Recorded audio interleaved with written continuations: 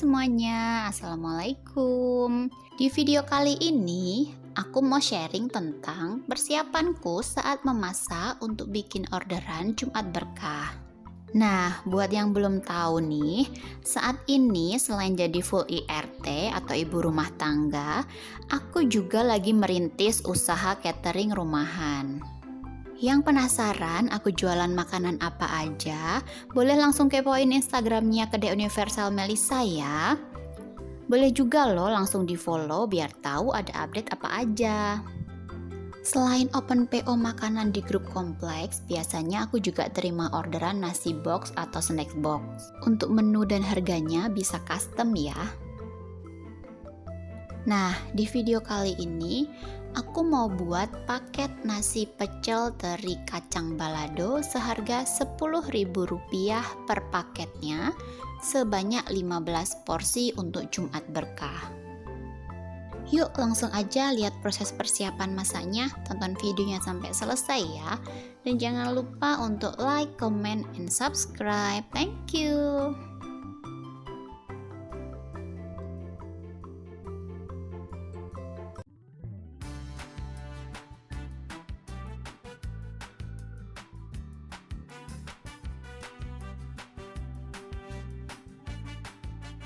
Orderan Jumat Berkah kali ini harus selesai kurang lebih jam 11:30. Sedangkan kegiatanku di hari Jumat itu ada antar jemput anakku sekolah, yang mana sekolahnya tuh lumayan jauh, jaraknya kurang lebih 16 km atau kalau PP kurang lebih 1 jam. Jadi kalau ada orderan kayak gini harus pinter-pinter bagi waktu ya. Biasanya kalau hari besoknya ada orderan, mulai dari malam harinya aku udah mulai persiapan. Tujuannya supaya menghemat waktu dan lebih cepat pengerjaan di pagi harinya. Biasanya yang aku siapin di malam hari itu ada alat masak, kemasan, sama bahan baku atau sayur-sayuran yang bisa disiapin di malam hari. Nah, kalau yang aku siapin kali ini ada kangkung, kacang panjang, wortel, daun kol. Itu semuanya udah dipotongin, udah dibersihin, dan juga udah dicuci, terus dimasukin ke kulkas.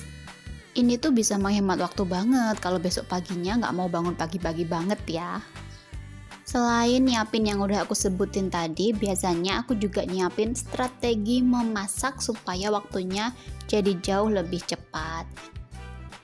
Strategi memasak tuh kayak memanfaatkan waktu seefektif dan seefisien mungkin. Misalnya, apa yang harus dilakuin duluan atau dimasak duluan, supaya kita tuh nggak ada waktu untuk diem hanya nunggu masakan mateng gitu. Apalagi kalau udah dikejar waktu ya, misalnya jam segini harus berangkat sekolah, atau jam segini harus ngapain, jam segini harus orderan selesai gitu. Jadi strategi memasak tuh penting banget. Apalagi kalau semuanya dikerjain sendiri kayak yang aku lakuin ini. Nah, contohnya kayak di awal video tadi, itu aku lagi nyiapin air untuk rebus sayuran. Selama airnya belum sesuai kebutuhan, itu aku tinggal dulu untuk ambil beras buat dicuci. Jadinya ini bisa mengurangi waktu tunggu. Beda halnya kalau harus nunggu airnya penuh dulu baru ambil beras. Contoh lainnya bisa langsung lihat di video ini ya. Ada proses persiapan yang gak kerekam di video ini, yaitu waktu memasak nasi dan masak bumbu pecel. Masak nasinya aku pakai 2 rice cooker, dimana satu rice cooker itu isinya 800 gram beras kurang lebih ya. Satu rice cooker bisa menghasilkan 10 porsi nasi, jadi kalau 2 ada 20 porsi nasi kurang lebih. Bumbu pecelnya aku pakai bumbu pecel instan. Karena bentuknya padat, jadi perlu ditambah air dan dimasak sampai matang. Sayuran yang mau dipakai untuk pecel, waktu mau direbus, air rebusannya bisa ditambahin garam supaya warna sayurannya bisa tetap terjaga segar. Selain itu, bisa juga setelah direbus, diangkat, lalu dimasukkan ke air dingin supaya menghentikan proses pemasakannya, jadi warnanya tetap cerah. Urutan merebus sayurnya kalau bisa dimulai dari warna sayur paling terang ya. Tapi kali ini aku merebusnya mulai dari sayuran yang teksturnya keras atau butuh waktu lama untuk matangnya. Nah, aku juga mau kasih tips nih gimana caranya menggoreng tempe dengan cepat tapi rasanya tetap asin dan minyaknya enggak kotor. Kalau yang kita tahu, ada berbagai macam cara untuk menggoreng tempe ya. Misalnya, tempenya diungkep dulu pakai bumbu kuning atau direndam pakai air garam dan bawang putih.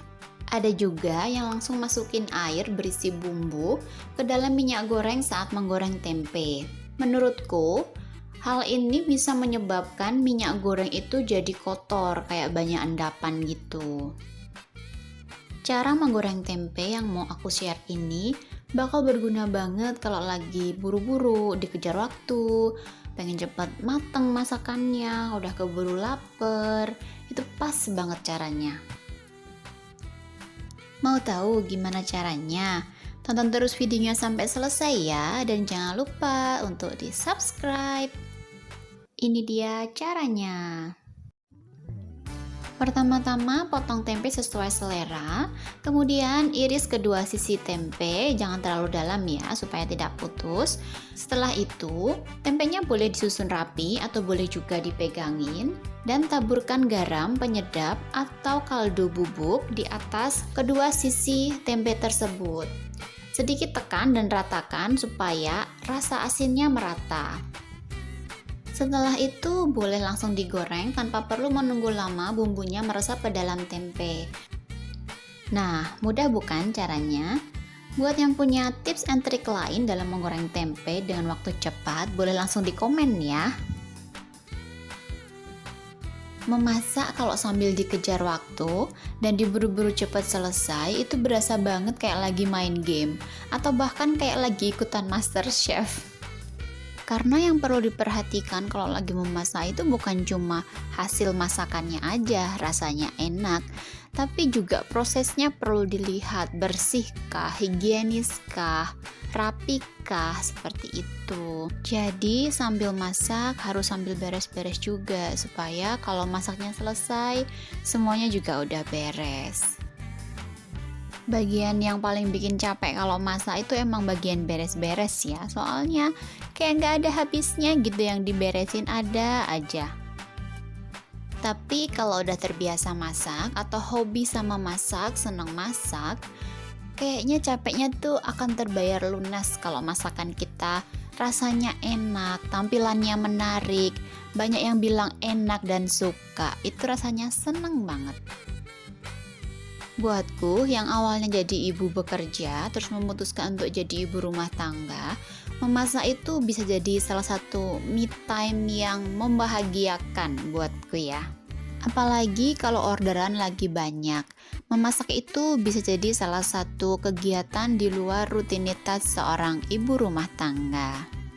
Aku juga suka main game tentang masak-memasak.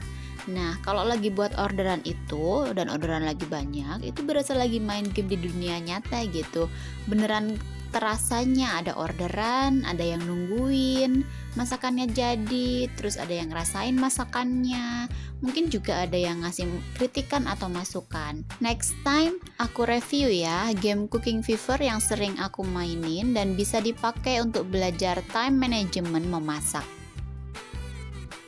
Enaknya punya usaha di rumah itu selain bisa ngurus rumah, ngurus anak, bisa juga dapat penghasilan tambahan, ya cukup buat jajan lah ya, sambil menyalurkan hobi.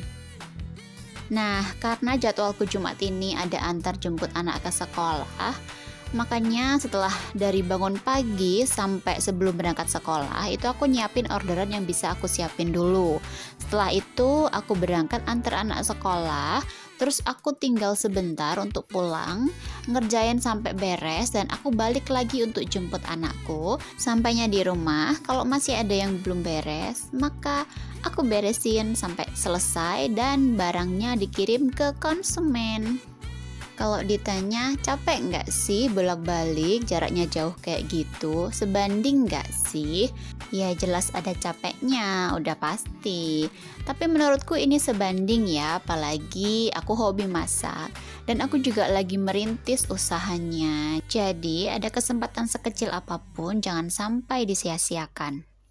So, buat yang lagi merintis usaha, lagi berjuang mulai dari nol, yuk sama-sama semangat supaya usaha ini bisa jadi sukses, berkembang, dan bermanfaat untuk banyak orang. Nah, ini aku lagi masak teri kacang balado. Ada tips and tricks supaya teri kacang balado bisa kering teksturnya, kriuk, renyah, dan awet tahan lama. Itu nanti akan aku share di video terpisah ya, biar video ini nggak terlalu panjang juga penjelasannya. Untuk bumbu pecelnya, ini aku lagi plastikin satu persatu supaya nanti saat dikemas dia terlihat rapi dan nggak mudah berceceran atau keluar-keluar dari kemasan. Nah, karena semua proses masak udah selesai, waktunya kita untuk display and packing. Ini dia produknya.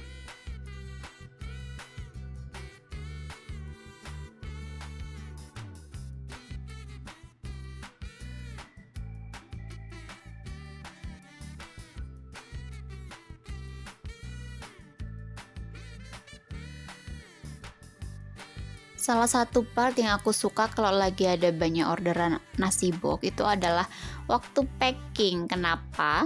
Karena waktu packing tuh menurutku seru gitu. Harus menata di kemasan, nyusunnya gimana caranya biar dia terlihat menarik, proporsional, dan enak dilihat.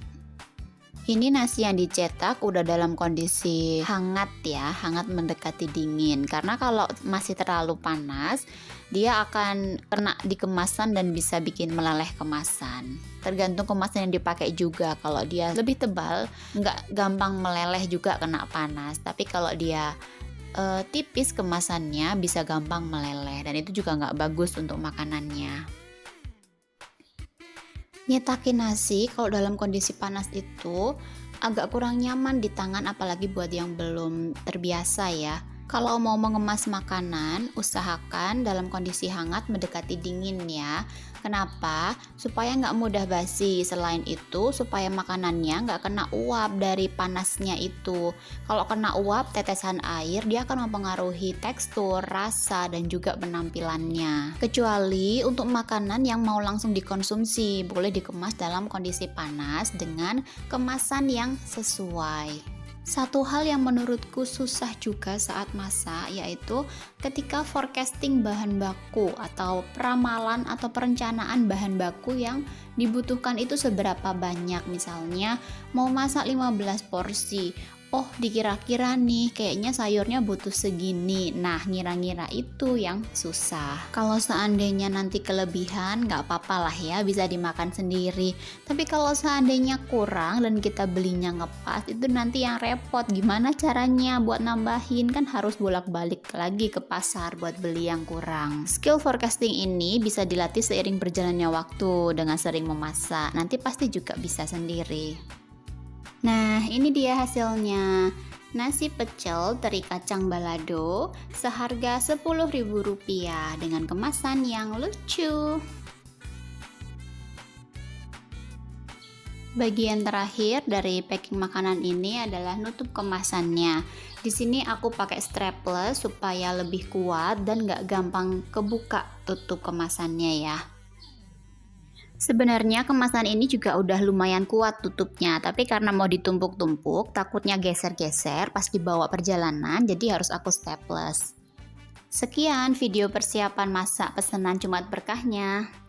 Makasih banyak ya yang udah nonton video ini, like, comment, and subscribe. Semoga di video selanjutnya ada banyak tips and tricks yang bisa aku bagikan seputar masak memasak. Menurut teman-teman semua, dengan harga paket 10.000 ini terlalu mahalkah atau terlalu murahkah? Komen ya. See you on the next video. Bye-bye.